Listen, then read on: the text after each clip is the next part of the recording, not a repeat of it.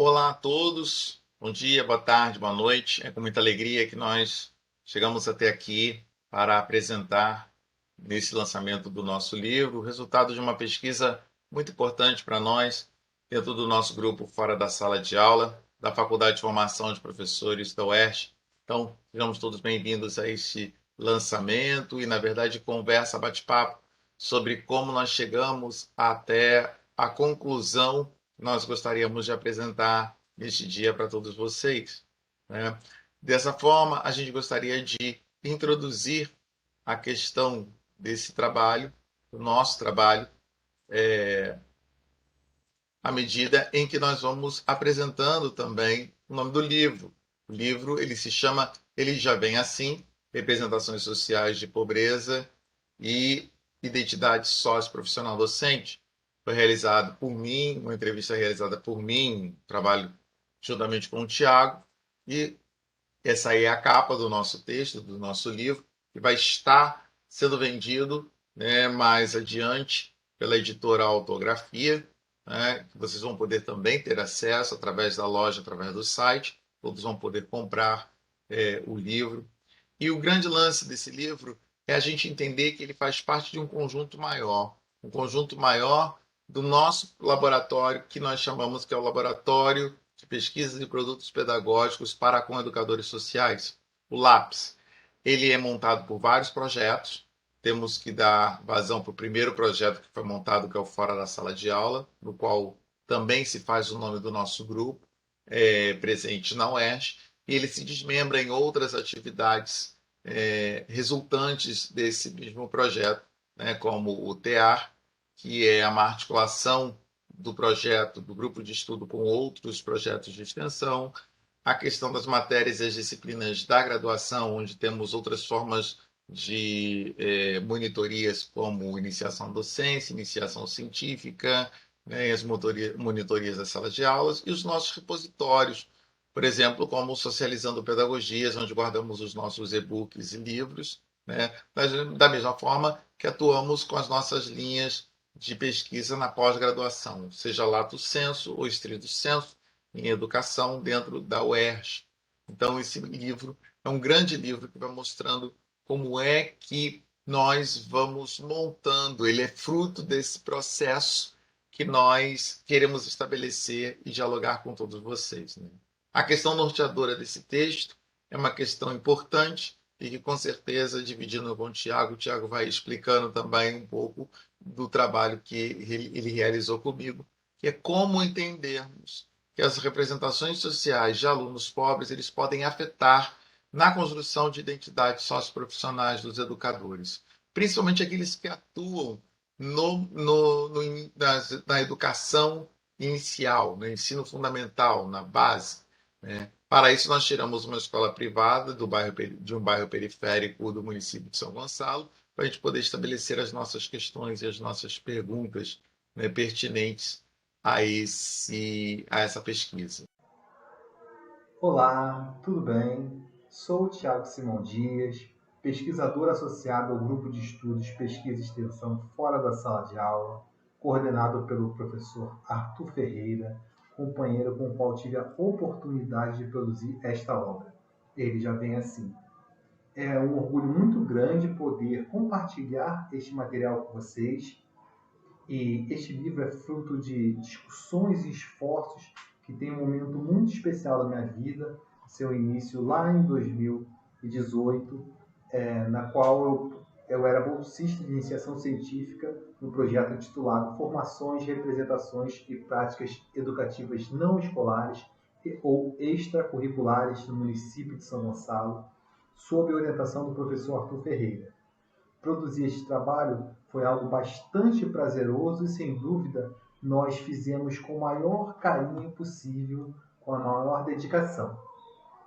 Portanto, dando continuidade à fala do professor Arthur, vejamos agora os elementos de projeto de pesquisa que deram as diretrizes para que pudéssemos alcançar nossos propósitos em buscar como as possíveis representações sociais de pobreza se manifestaram no campo da educação e impactaram nas identidades docentes. A partir da problemática que norteou nossa pesquisa, que indaga como a imagem psicossocial acerca do outro empobrecido, os alunos pobres, implica na constituição da identidade do grupo de professores, o objetivo geral deste estudo foi investigar a relação entre as representações sociais de aluno pobre e seus possíveis impactos no processo de negociação identitária realizado pelos educadores dentro do espaço de trabalho. A intenção foi tomar a teoria das representações sociais e os estudos acerca da pobreza como centrais e poder analisar e debater como essas manifestações psicossociais interferem nas práticas socioeducativas, nas didáticas e, consequentemente, na identidade do grupo docente. E quais foram os passos dados para alcançar esse objetivo maior? Os objetivos específicos foram: primeiro, identificar quais as principais formas de representações de alunos pobres que os professores manifestaram. Portanto, captar e descrever os tipos de empobrecimento que em campo iriam se revelar para caracterizar esses alunos. Depois, verificar como os educadores fizeram uso dessas representações para se relacionar com os educandos. Ver de que maneira os profissionais se apropriam dessas representações de pobreza e trazem para o cotidiano um conjunto de proposições, de crenças e valores acerca dos seus alunos, que irão moldar as suas práticas e os seus relacionamentos. E, por fim, analisar os impactos dessas representações nas negociações identitárias realizadas entre esses profissionais diante dos discentes.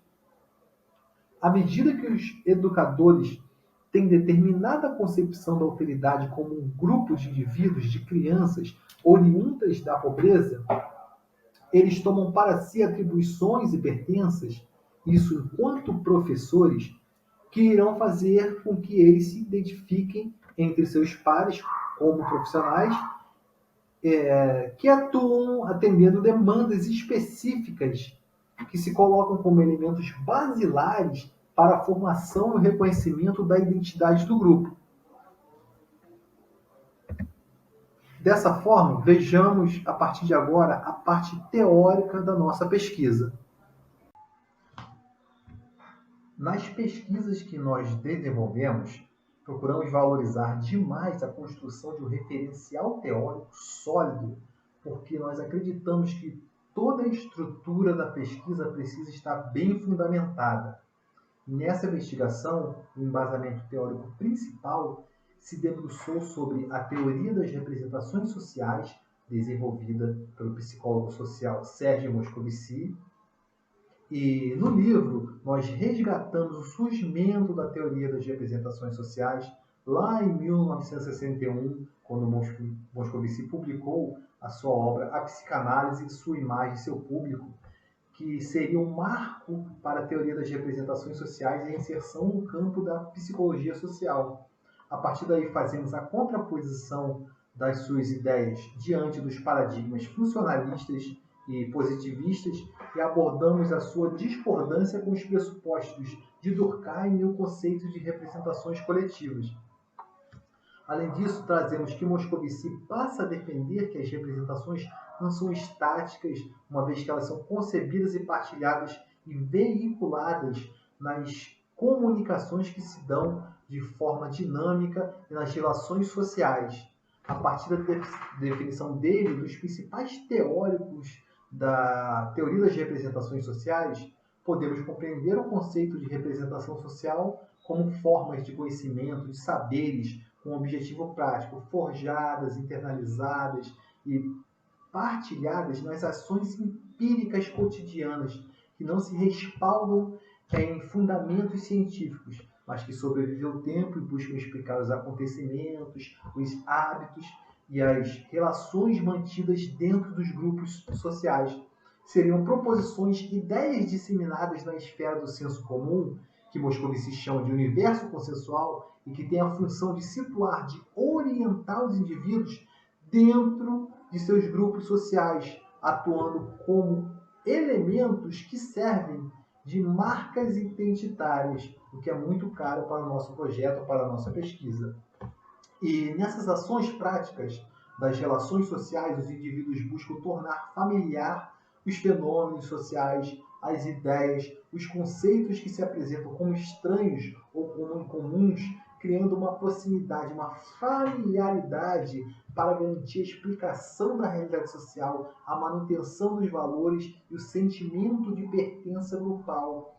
Isso, conforme Moscovici, ou melhor, a partir disso, descrito por ele, vai se dar dois mecanismos conhecidos como ancoragem e objetivação, sendo a ancoragem a nomeação, a rotulação, a categorização dos objetos, das ações humanas e dos fenômenos que se apresentam na sociedade, e a objetivação, a materialização de ideias, de noções e de imagens simbólicas, isto é, a associação do abstrato ao concreto. E por que eu estou falando isso? Porque esses dois mecanismos são centrais e, no caso de Duais, a ancoragem ganha ainda mais destaque. Com isso, eu passo a fala para o professor Arthur e já levanto a questão. Arthur, por que a preferência em trabalhar com Duais?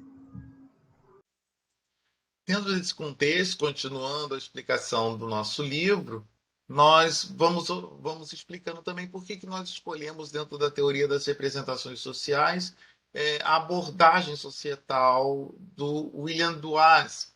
Para nós, é interessante nós mantermos as nossas pesquisas nessa questão da abordagem do Duase, porque ele demonstra, de alguma forma, como é que se faz o processo de ancoragem dessas representações pelos indivíduos em seus grupos. Isso casa muito bem com a dimensão da teoria do Dubar, ou quando nós cruzamos a teoria das representações sociais com a teoria do Dubar, uma vez que nesta teoria do Dubar nós temos a questão das atribuições e das pertenças, que também servem de alguma maneira como filtros sociocognitivos para que os indivíduos possam escolher onde é que ele quer se encaixar dentro das relações intergrupais. E essas relações intergrupais partilhadas entre os indivíduos serão relações partilhadas e constituídas por representações sociais que vão organizar o seu trabalho e a sua forma de ver o mundo. Isso a gente percebe nos trabalhos que nós vamos desenvolvendo ao longo do nosso grupo de pesquisa, né? Quando falamos de representações de pobreza e aluno pobre. Em outras pesquisas realizadas e também publicadas em artigos científicos em revistas Qualis A, ou em outros livros ou artigos em livros de outros colegas, né, nós vamos percebendo que essa representação social de pobreza ou representação de aluno pobre, ela ganha uma força de ancoragem muito grande e que vai organizando posturas éticas e posturas educacionais dadas por parte dos educadores sociais, que são cruciais nas relações interpessoais que acontecem dentro das práticas educativas, da mesma forma que elas se apresentam como manifestações psicossociais que vão conduzir não somente às relações interpessoais, mas à escolha e à seleção de práticas educativas com as camadas empobrecidas e que serão de maneira diferenciadas, trabalhadas até como marca do sujeito dentro dos ambientes educacionais, sejam eles formais e não formais, né? E aí nós podemos, dentro dessas representações sociais de pobreza, ver que nós vamos criando e vamos descobrindo, na verdade, desvelando posturas desse educador, como, por exemplo, a estega na alteridade, que faz com que, por causa de uma determinada representação social de pobreza, o educador social ele esconde, na verdade, a demanda do educando a partir da sua própria demanda, ou seja, ele escolhe aquilo que o educando precisa, né, ou que ele acha que o educando precisa aprender, e não necessariamente o que ele deseja, quer ou precisa atender na sua realidade social. Há uma questão da cegueira institucional que vai também fazendo com que o educador ache normal a evasão nos processos escolares, os processos escolares e processos educativos não escolares também, né? A naturalização das práticas com os pobres, não somente a naturalização de como é que eu organizo essa prática com o pobre, mas também como é que o pobre recebe o conteúdo que eu estou trabalhando com ele. A iconidentidade profissional, entendida como a forma com a qual esse pobre se porta diante do processo educativo que eu estabeleço com ele, de alguma maneira marca a minha identidade como o profissional que trabalha com o educando pobre. E ele sempre passa a ser o sujeito que necessita de um descanso maior ou necessita de uma compreensão maior, porque o público que ele trabalha é um público difícil. Então ele acaba tendo a marca é, profissional de sujeito que trabalha com educandos que são complicados, complexos, difíceis por causa da sua dimensão de pobreza, né? E a potencialidade disciplinar, que é a escolha de algumas disciplinas em relações a outras, ou seja, o pobre precisa mais de português e matemática do que geografia e história, por exemplo, ou seja, ele se dá ao direito, ele se alça ao direito de escolher, né, qual é o conhecimento que é favorável para a atuação com esse pobre e não e fazendo assim uma separação entre o que realmente o pobre deve ter ou o aluno deve ter, independente dele ser pobre ou não, né? Isso casa, né, a tentativa do nosso grupo, né, desse livro, como também de todas as pesquisas do nosso grupo, é casar a questão das representações sociais com a identidade profissional. Até porque nós estamos forjando ainda nesse país a identidade do educador social, a identidade daquele que trabalha fora do profissional da educação, que trabalha fora da escola, que não é o professor, né? Que é o educador social e que não tem o reconhecimento social ainda importante ou necessário ou fundamental para manter e sobreviver as suas práticas educativas. Então, ao discutirmos e conversarmos sobre os processos de negociação identitários que acontecem, né, entre os educadores sociais, aqueles profissionais da educação que não estão na escola, com os alunos empobrecidos, nós vamos vendo o que é atribuído como atividade prática para esse sujeito, da mesma forma, o que ele dá conta de assumir como parte dele, ou parte da sua prática, ou parte da sua identidade profissional em relação a esses alunos empobrecidos. Então, é um conjunto de negociações que esse sujeito que está na área do ambiente não escolar constrói ao longo da sua profissionalidade, né? Dentro disso, esse livro ele faz parte, como todas as outras pesquisas, e são livros, são pesquisas que utilizam de metodologias qualitativas, né? Ela é qualitativa. Utilizamos como procedimento sempre a triangulação, né, dentro de uma pesquisa de campo, com os diários de campo, as entrevistas semi-estruturadas, né? E também os discursos que são oriundos dessa realidade do campo, né? Utilizamos como método de investigação e de observação a fenomenologia de Russell. Ela é baseada, na verdade, nós construímos uma metodologia baseada em Russell, né? Por que falamos que construímos uma metodologia baseada em Russell? Porque utilizamos tanto as leituras e as escritas de Depraz e de Ferreira para entender a educação como um fenômeno, né, e um fenômeno social, e dentro desse fenômeno social utilizamos de alguns elementos da filosofia do Edmundo Russell, né, das suas investigações filosóficas, né, e do seu próprio conceito de fenomenologia, para poder destrinchar, desvelar aquilo que se apresenta para o pesquisador como algo discursivo, retórico da sua prática em relação àquele que está observando a sua prática em locus. Por isso é que utilizamos também como método de análise tanto dos diários de campo quanto da observação, das entrevistas semi-estruturadas e da vivência estabelecida no campo, a análise retórico-filosófica do discurso, baseado nos elementos do Aristóteles, ou pelo menos na organização do discurso dado por Aristóteles, né, que seria o epidídico, o jurídico, né, o judiciário, o demonstrativo, né? E também nas figuras retóricas oriundas dessa grande teoria do discurso, que viria do Olivier Ribot, de Tasso Mazzotti e do próprio Ferreira também, que já se utilizou várias vezes dessa metodologia de análise retórico-filosófica para encontrar, né, os núcleos figurativos, os campos figurativos das representações sociais quando se fala ou se trata a respeito das práticas educativas realizadas com essas camadas empobrecidas, seja no ambiente não escolar, seja no ambiente escolar.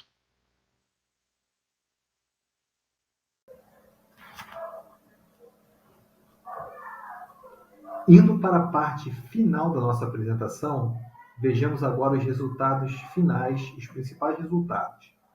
Após uma análise rigorosa dos discursos retóricos, podemos afirmar que as representações partilhadas pelas professoras são sim representações de pobreza.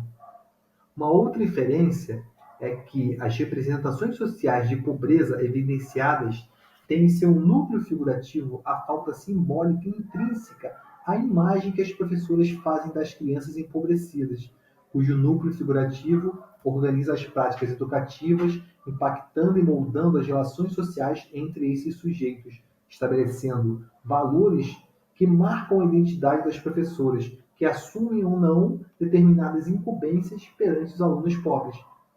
Nisso, as representações de alunos pobres manifestadas se deram através das suas faltas, onde esses educandos, eles que já vêm assim, são atribuídas faltas que podem ser organizadas em foros temáticos que constituem o núcleo figurativo das representações sociais, sendo eles a pobreza econômica, referente à falta de condições financeiras, os discentes empobrecidos pelo processo socioeducacional antes mesmo deles serem alunos dessas professoras, que nada mais é que o grupo de educandos empobrecidos geneticamente pelos seus familiares. Aqueles que já vêm assim, aqueles que herdam problemas cognitivos, que herdam posturas supostamente inadequadas.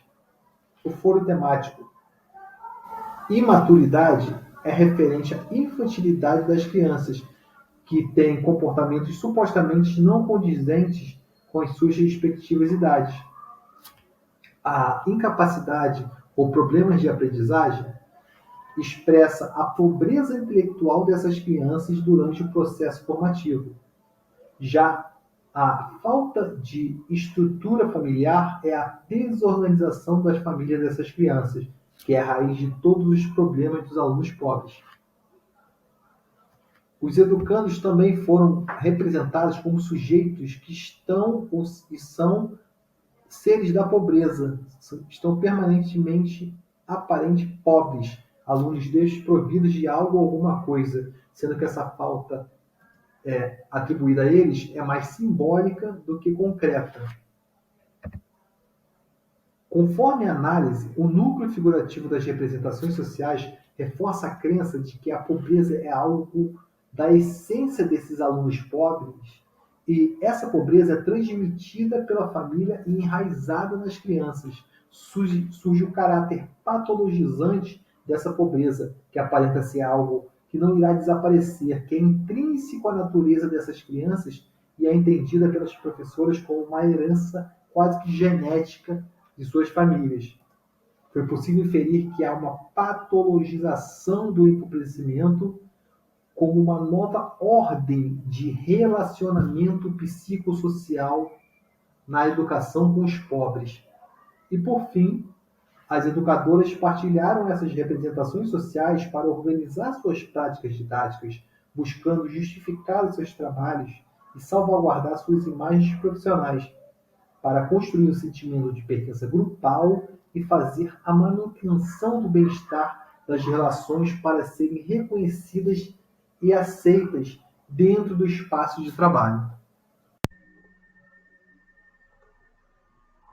Então é isso, pessoal. Eu gostaria de agradecer a oportunidade de passar esse momento rápido com vocês, porém muito significativo. Foi um prazer estar aqui, mesmo que de forma virtual. O nosso livro estará no site da Editora Autografia e caso queiram conhecer mais sobre as nossas pesquisas, sobre representações sociais, acerca da educação em espaços não escolares, dentre outras propostas que o grupo Fora da Sala de Aula apresenta, no final deste vídeo, deixaremos os links e os contatos.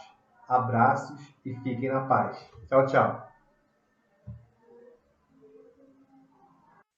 É isso. Eu gostaria de agradecer muito meu nome, do nome do Tiago, que escreveu esse livro comigo, né, por estar aqui podendo dividir um pouco com vocês, não somente as nossas inquietudes diante da relação da educação e pobreza, mas também dos nossos encontros e desencontros dessas práticas, né, diante da realidade social na qual nós nos encontramos. Esse livro ele já vem assim, eu acho que é um grande esforço de continuarmos produzindo um material sério, um material dedicado, um material apurado, para que outros profissionais também possam se dedicar a essa mesma temática e que possam dialogar conosco. Esse material ele não tem verdades postas universais, tem apenas encontros que tivemos com a realidade, formas de analisar a mesma e olhares para poder cada vez mais ampliar a educação e principalmente melhorá-la diante de discussões que nos levem a construir um mundo mais solidário, mais justo, e mais equitativo. Talvez a palavra equidade seja algo importante que nós desejamos nesse momento da educação brasileira e que esse livro busca suscitar como reflexão para todos aqueles que se encontram com esses grupos sociais nessas práticas educativas, seja dentro do ambiente escolar, seja fora do ambiente educacional, forjando a sua identidade enquanto profissional da educação e ajudando a construir, desconstruir, reconstruir novas representações sociais sobre as suas práticas em relação a qualquer grupo social, independente seja grupos em situação de vulnerabilidade social, em situação de pobreza, ou em situação de justiça a ser buscada e encontrada e consensuada na realidade contemporânea brasileira. É isso, gente. Muitíssimo obrigado, gratidão por nos acompanhar até aqui. Adquiram os nossos livros, né? Ele já vem assim, da editora Autografia, autor Arthur Viana Ferreira e Tiago Simão Dias. Com certeza vocês vão ter um bom material para uma boa reflexão, para a formação docente continuada, inicial e continuada, que estão estabelecendo em suas vidas. É isso. Um abraço fraterno. Cuidem-se. É isso.